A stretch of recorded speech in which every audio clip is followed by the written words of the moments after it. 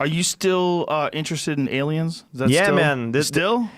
So that's the thing. When I first came on your show, Yeah.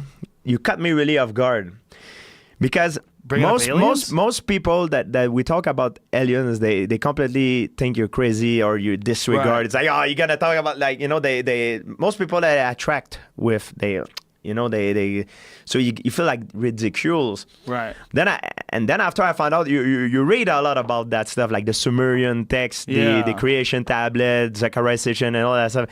And I do too. I mean, I don't know if there is alien, like I think there would be life form. I don't know if it's intelligence. We don't have evidence for it. Right. And I think our ego as human being want us to believe that the alien came and interact with us. Yes. That's our ego. But if they're that far in advance from us and they come from a different world, maybe they don't want to interact because we have nothing to offer them. They're not going to kidnap a farmer and ask him what kind of suspension he's wearing. You know what I mean? Like they think, you know what I mean? It's But think about what you just said about paleontology. I mean, we're paying attention to stupid fucking lizards that lived 65 million years ago. It's true. I mean, don't you think they would be curious? This weird monkey with nuclear weapons? Yeah, but we don't communicate with it. We don't interact. Right. We observe. There's ways that they can learn from us without communicating. I don't know. I mean, it's. Yeah. I think it's our ego that make us. We want to feel special. We want to feel that like, oh, we're different. You know, like we're different beings than, for example, a dog. Or we can think because we're smart, but. Like, I don't know how this have been giving to us. Like, I don't know, you know, like, and you were talking about it, like, when I was young, I used to have, like, we talked about it last time. You said, oh, you were talking about, like, the experience. I said, I remember that I remembered, but I can't recall it. When I was young, I don't know if it's a dream. I remember I used to draw figure of monster. I say, my mom is, hey, it's the monster. They come get me at night. That's what we talked last time. Right. But I was very uncomfortable, and I didn't want to talk about it because I was like, man, how the hell he knows it? You know everything, man. This guy, he knows everything. He made research and stuff. So I made the drawing, and then my mom, even now today, I said, hey, I want to see the drawing, you know, like, I showed the drawing, and I'm like, and then after I remember later, I remember that I remember, but I couldn't remember. You understand what I mean? I remembered that something that happened, but now I can't remember what exactly happened. Right. Could be a nightmare, could be another sleep paralysis or paralysis. Yeah. My imagination. I don't have evidence. You know what I mean? Yeah. But that's what we talked about it last time, and that's what happened to me. And I hope it's nightmare. It's nightmare. You know what I mean? But the thing is, later on, I saw some documentary on TV. I saw some people that had the similar experience as me, loss of memory and things like this when they were young. And they claim they get a hypnose and stuff. Then they go back in time and they explain they get abducted by it. And then I start to freak out about it because I said, man, is that what happened to me? But there is a lot more logical explanation. You know what I mean?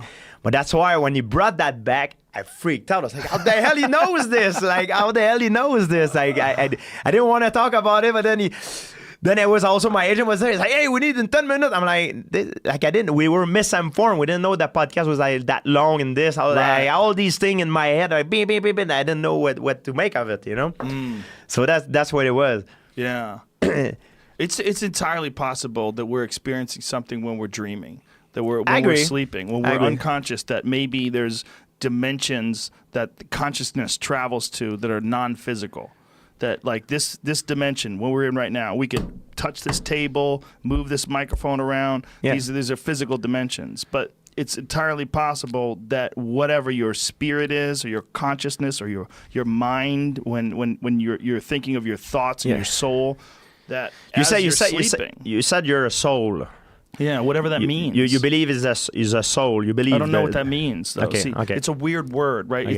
It has religious connotations, but I agree. But the idea of whatever your essence is as a human being, there's something inside of all of us that makes us conscious and aware and there, and then that something is not there when you're sleeping.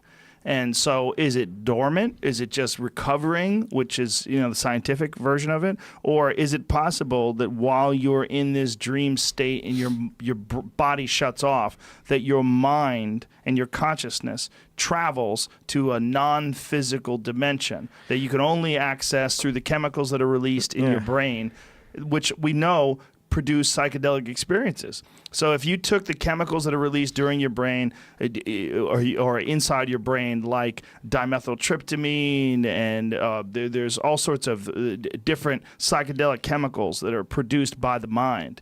If you take these outside of the dream state, if you take these drugs, you have these crazy, fantastic experiences. And we know these are produced by the brain. They're produced by the brain also. Yes, they're produced by the brain. They're produced by the liver and the lungs. Yeah. We believe they're produced by your third eye, which is your pineal gland. They've shown, the Cottonwood Research Foundation has shown that this is done in rats, that rats produce dimethyltryptamine in their pineal gland. Doesn't necessarily mean that people do, but it's logical to imply that people probably, or conclude that people probably do it as well. So those chemicals that are producing these psychedelic experiences are being released by the brain, but we don't know why, and we don't know what they're doing. When you sleep, like you have a guy, Matthew Walker. Yes, it was amazing, right? When you sleep, your guardian, your logic is not there. That part of your brain is gone. Right. Yeah. So that's probably the most logical experience.